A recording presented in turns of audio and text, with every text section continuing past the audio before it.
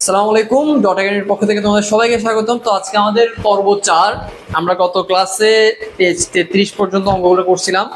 তো পর্ব 4-এ পেজ 34 থেকে আমরা শুরু করব। 34 আমরা এই জায়গাটা আমরা পড়ছিলাম যে অনুক্রম দুই প্রকার, সসীম অনুক্রম, অসীম অনুক্রম। এরপর সসীম অনুক্রম আরো দুই প্রকার, যেটা আমরা প্রথম পর্বে পড়ছিলাম। যদিও আমি আরেকটু রিপিট করি, তাহলে অনুক্রমকে আমরা এই অনুক্রমকে আমরা দুই ভাগে ভাগ করছি। এখানে একটা হচ্ছে সসীম, একটা হচ্ছে অসীম। একটা হচ্ছে সসীম, একটা হচ্ছে অসীম। একই রকম এই সসীমকে আবার দুই ভাগে ভাগ করা যায়। একটা হচ্ছে সমান্তর অনুক্রম, সমান্তর অনুক্রম, একটা হচ্ছে গুণোত্তর অনুক্রম। আবার অসীমও সেম, দুই রকম, একটা হচ্ছে গুণোত্তর অনুক্রম আর একটা হচ্ছে সমান্তর অনুক্রম। ওকে, তো সমান্তর অনুক্রম অনুক্রম যদি দুই প্রকার হয়, একটা সসীম একটা অসীম। তো সসীম অনুক্রম আসলে কি, সসীম অনুক্রম আসলে কি, আর অসীম অনুক্রমই আসলে কি, আমরা এটা একটু দেখি। আমাদের বইয়ে আছে সসীম অনুক্রম অসীম অনুক্রমের কিছু উদাহরণ দিছে। এবং প্রথম উদাহরণটা যদি আমরা দেখি সসীম অনুক্রমের, সসীম অনুক্রম 1। আচ্ছা, আমি এটা এটা নিচে দেখাচ্ছি, এগুলো আমরা মুছে দিই এখন, এগুলো আমাদের প্রয়োজন নাই। সসীম অনুক্রমটা আমরা দেখি। সসীম অনুক্রমের প্রথম উদাহরণ 149, 149 ডট ডট ডট দিয়ে 100 পর্যন্ত গেছে। এখন দেখো, এই যে আমি সংখ্যাটা লিখলাম 1 থেকে কত পর্যন্ত, 100। এটা একটা সীমা আছে, বাউন্ডারি আছে না, কত পর্যন্ত যাবে, 100 পর্যন্ত, ওদিকে আর যাবে না। তাহলে এটা কি অনুক্রম, সসীম অনুক্রম। একরকম 7, 12, 17 কত পর্যন্ত, 502 পর্যন্ত, এটাও সসীম অনুক্রম। এরপরে হাফ, 1/5, 1/10, এভাবে যেতে যেতে 1/10,001, এটাও কি অনুক্রম, সসীম অনুক্রম। রবিবার, সোমবার, মঙ্গলবার যেতে যেতে শনিবার পর্যন্ত, এটা কি অনুক্রম, সসীম অনুক্রম। এবার আসি আমরা অসীম অনুক্রমে। অসীম বলতে কি, অসীম মিন্স ইনফিনিটি। যেমন তোমরা জানো আমাদের ডট একাডেমির মোটো ডট টু ইনফিনিটি। ইনফিনিটি মানে হচ্ছে অসীম, যেটা কি নাই, শেষ নেই। আমাদের বইয়ের প্রথম উদাহরণ যদি 3 1 মাইনাস 1 মাইনাস 3, এই যে এটা যেতেই থাকবে, তাহলে এটা কি, অসীম। এটা কি নাই, শেষ নাই, এটা যতটুকু যাবে যাইতেই পারবে। আচ্ছা, এরপরে হচ্ছে এটাও ডট ডট দিয়ে দিছে মানে অসীম। 5-এর গুণিতক ডট ডট করে দিছে মানে অসীম। গুণ গুণকারী সংখ্যা 1 2 3 4 5 ডট ডট দিয়ে দিছে, তার মানে এটাও অসীম। আচ্ছা, এরপর আমাদেরকে একটা অঙ্ক দিছে, মাথা খাটাও কিছু অঙ্ক দিছে, আমরা এগুলো একটু দেখি। প্রথম অনুক্রমটা দেখি আমরা। মাথা খাটাও এর আমাদের প্রথম অঙ্ক 1 নাম্বারটা, -1 258 258। আমাকে বলছে পরবর্তী সংখ্যাগুলো বের করতে। তো আমাকে বলা হয়েছে পরবর্তী সংখ্যাগুলো বের করতে, -1 258। তো আমি দেখি আমাদের এদের পার্থক্য, যেমন 8 আর 5 এর পার্থক্য কত। 5 থেকে যদি আমি 8 থেকে যদি 5 মাইনাস করি তাহলে কত হয়, 3। 5 আর 2 এর পার্থক্য, 5 থেকে যদি আমি 2 মাইনাস করি তাহলে 3। 2 আর -1 এর পার্থক্য 3। 2 -1 তাহলে 2 + 1 3, পার্থক্য 3। একই রকম আমি যদি এইটির সাথে 3 যোগ করি তাহলে আমি পরের সংখ্যাটা পাবো। এইটির সাথে 3 যোগ করলে কত হয়, 9 10 11 11। 11 এর সাথে যদি আবার 3 যোগ করি 14, 14 এর সাথে আবার 3 যোগ করি 17। তাহলে আমরা পরবর্তী সংখ্যাগুলো পেয়ে গেছি। একইভাবে যদি আমি পরেরটা করি, 2 নাম্বারটা, আমি নিচে করি, কি দিছে 3.4 4.5 3.4 4.5, এরপরে 5.6। ওকে, আমাকে বলছে পরবর্তী সংখ্যাগুলো বের করতে, পরবর্তী সংখ্যাগুলো বের করতে বলছে। এবার আমি আগের মতোই যদি করি, এটা থেকে এটার পার্থক্য কত, 5.6 - 4.5 যদি আমি করি কত হয়, আমি যদি ক্যালকুলেটরে করি, 5.6 minus 4.5, 1.1 1.1। একই রকম 4.5 থেকে 3.4 এর পার্থক্য যদি করি, 4.5 minus 3.4, মেবি 1.1ই হবে, সমান হওয়ার কথা। তাও আমরা ক্যালকুলেটরে করে দেখবো। 4.5 minus 3.4, 4.5 minus 3.4, 4, হ্যাঁ 1.1ই হয়। তাহলে আমি এই সংখ্যার সাথে যদি 1.1 যোগ করি, কি করি 1.1 প্লাস করে পরের সংখ্যা পাবো না, কত হবে 5 6 6.7। এর সাথে যদি আবার 1.1 যোগ করি তাহলে পরের সংখ্যা পাওয়া যাবে না 6 7 7.8। এরপর যদি আবার 1.1 যোগ করি তাহলে কত হবে 8.9। এভাবে আমরা এই অঙ্কগুলো করতে পারবো। ওকে, আমরা এর পরের পেজে আসি। পেজ নাম্বার কততে আসবো, আমরা 34 দেখলাম, এবার আমরা পেজ নাম্বার 35-এ আসবো। তাহলে আমাদের এখানে পেজ নাম্বারটা যদি আমি লিখে দিই, পেজ 34 থেকে আমরা আজকে করবো 34 করলাম, 35-এ আসি। সমান্তর অনুক্রম অনেক ইম্পর্টেন্ট। সমান্তর অনুক্রমটা আসলে কি, আসলে আমরা দেখি সমান্তর আমাদেরকে এখানে একটা কিছু কাঠি দিছে যে প্রতিটি কাঠির পার্থক্য একই রকম। আচ্ছা আমরা এগুলো না পড়ি, এগুলো অত প্রয়োজন না। এই যে আমাদেরকে সমান্তর অনুক্রমের উদাহরণ দিছে আমাদের পেজ নাম্বার 36-এ। পেজ নাম্বার 36-এ কিছু অনুক্রম দিছে 4 7 10 13।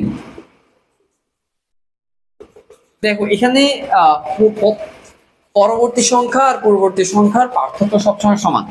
7 আর 4 এর পার্থক্য কত 3, 10 আর 7 এর পার্থক্য 3, 13 আর 10 এর পার্থক্য 3। তাহলে এই যে প্রতি ক্ষেত্রে যদি আমাদের পার্থক্য সমান হয়, প্রতি ক্ষেত্রে যদি আমাদের পার্থক্য সমান হয়, এটা কি ধারা, এটা হচ্ছে একটা সমান্তর ধারা। প্রতি ক্ষেত্রে যদি আমাদের পার্থক্য কি হয় সমান হয়, তাহলে এটা আমাদের কি ধারা, সমান্তর ধারা।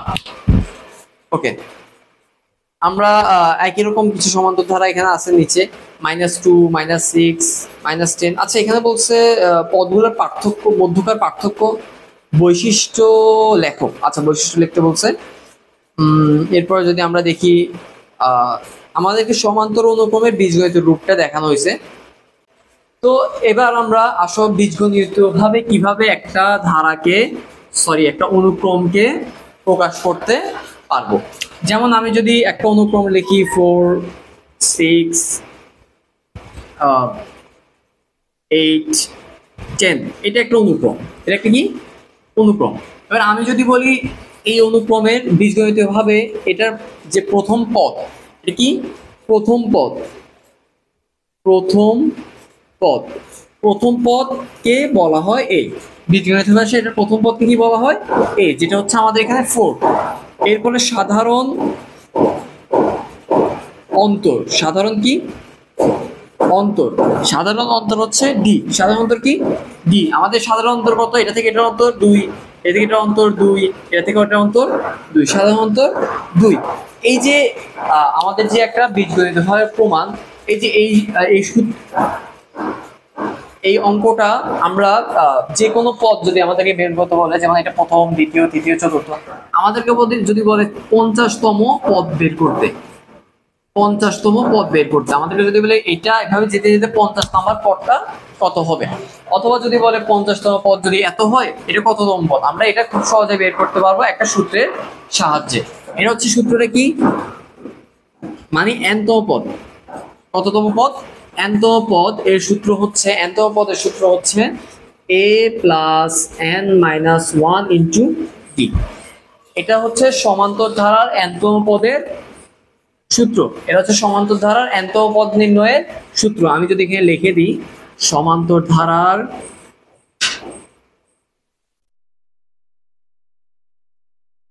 nতম পদ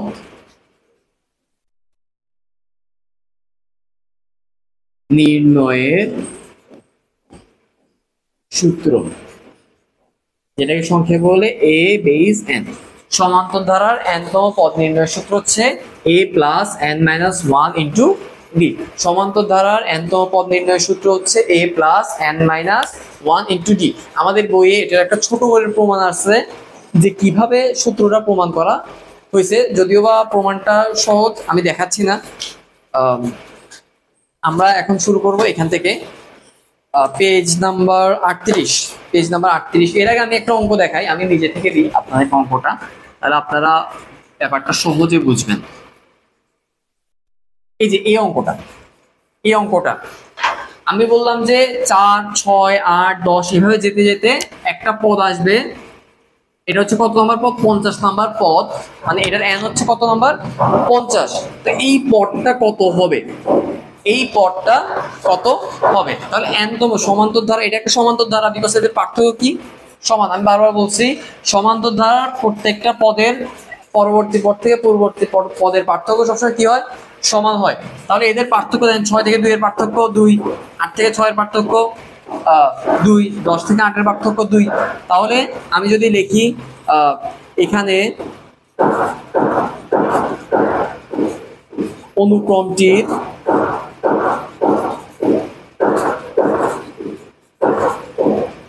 প্রথম পদকে আমরা কি বলি? a ইকুয়াল কত? 4। অনুক্রমটির সাধারণ অন্তর কি বলি? জি। অন্তর কত? আমি এখানে অন্তর বের করে দেখাই। 6 - 4 ইকুয়াল 2, অথবা আপনি দেখাতে পারেন 8 - 6 ইকুয়াল 2। তাহলে অন্তর আমার 2। তাহলে আমাকে বলছে n তম পদ, মানে 50 তম পদ বের করতে। আমাকে কত তম পদ বের করতে বলছে? 50 তম পদ বের করতে বলছে। তাহলে আমি যদি লিখি অনুক্রমটির n তম পদ সমান সমান, n তম পদের সূত্র কি? a plus n minus 1 into d। তাহলে একই রকম যদি অনুক্রমটির 50 তম পদ a plus n minus n আমাদের কত এখানে? 50, n আমাদের কত? 50 মাইনাস 1 ইন্টু d। এই কত আমাদের? 4। এই কত? 4 প্লাস 50 থেকে 1 গেলে, আচ্ছা আগে মানগুলো বসাই দিই। 50 মাইনাস 1 d কত? 2।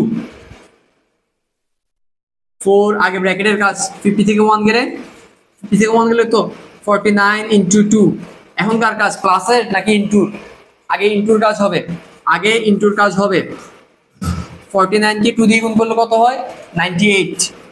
4 প্লাস 98, 98 এর সাথে 4 যোগ করলে 102।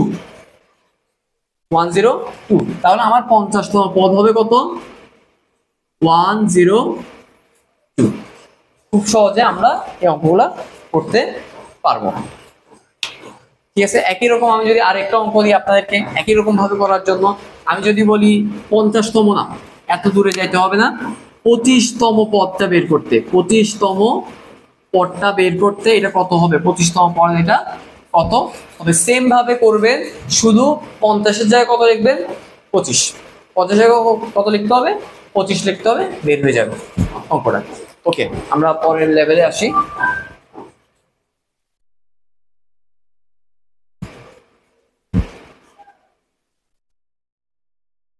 আমাদের বইয়ের উদাহরণ 7, একই রকম একটা অঙ্ক দিয়েছে, আমি মাত্র যেটা দেখাইলাম। 7, 11, 15, 19। উদাহরণ 7।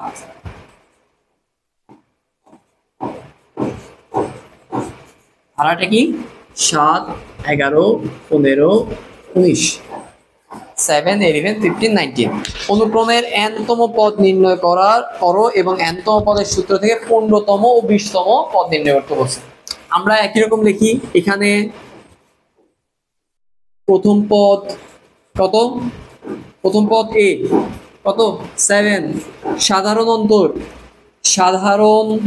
অন্তর কত? d কত?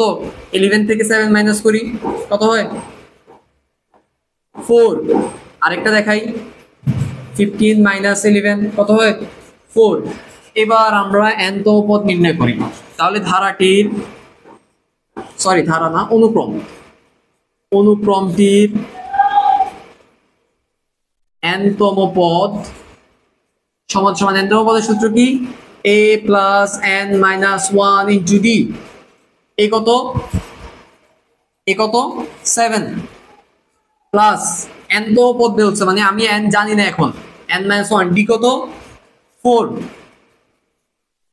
এবার আমি যদি বের করি 7 প্লাস গুণে আছে না, তাহলে 4n, 4 দিয়ে একবার n কে গুণ, 4 দিয়ে একবার 1 কে গুণ, মাইনাস 4। 7 থেকে 4 গেলে কত 3। তাহলে এটা হচ্ছে n তম পদ নির্ণয়ের সূত্র। এবার আমাকে বলছে n ধরে নিতে বলছে, আমাকে n বের করতে বলছে 15 আর 120। এভাবে যেতে যেতে আমাকে বলছে 15 নাম্বার পদটা বের করতে, আর যেতে যেতে বলছে 120 নাম্বার পদটা বের করতে। ঠিক আছে, আমরা যেহেতু n তম পদের সূত্র পেয়ে গেছি, এটা দিয়ে করলেও হবে, এটা দিয়ে করলেও হবে। আমি এটা দিয়ে করি, শুরুটা দিয়ে করি। এখানে মুছে দিই, বলি n বাদ দিই, এবার 15 তম পদ n 15 ধরে 15 তম পদটা নির্ণয় করি। ঠিক আছে, এবার আমি জানি n এর জায়গায় কত হয়ে যাবে 15 হয়ে যাবে, n কত হয়ে যাবে 15 হয়ে যাবে। 15 থেকে 1 গেলে 14, 14 কে 4 দিয়ে গুণ করলে কত হয় 14 × 4 56। ওকে, আস্তে আস্তে করি আমি। 7 + 15 থেকে 1 গেলে 14 × 4। আগেকার কাজ গুণের কাজ, গুণ ভাগের কাজ আগে, এরপরে গুণের কাজ, এরপর যোগ বিয়োগের কাজ। ওকে, গুণ করলে কত হয় 14 × 4 56। 7 + 56, 56 এর সাথে 7 যোগ করলে 56 + 7 63। বেড়ে গেছে আমাদের 15 তম পদ বের হয়ে গেছে। একই রকম যদি আমি 120 তম পদ বের করি, একই রকম যদি 120 তম পদ বের করি, এখানে কত লিখবো 120। n এর জায়গায় কত লিখবো 120, এখানে 120। 120 থেকে 1 গেলে কত হয় 119 × 4। 119 × 4 করলে কত হবে 119 × 4 476। 476 এর সাথে আমি 7 যোগ করে দিই নরমালি, +7 483।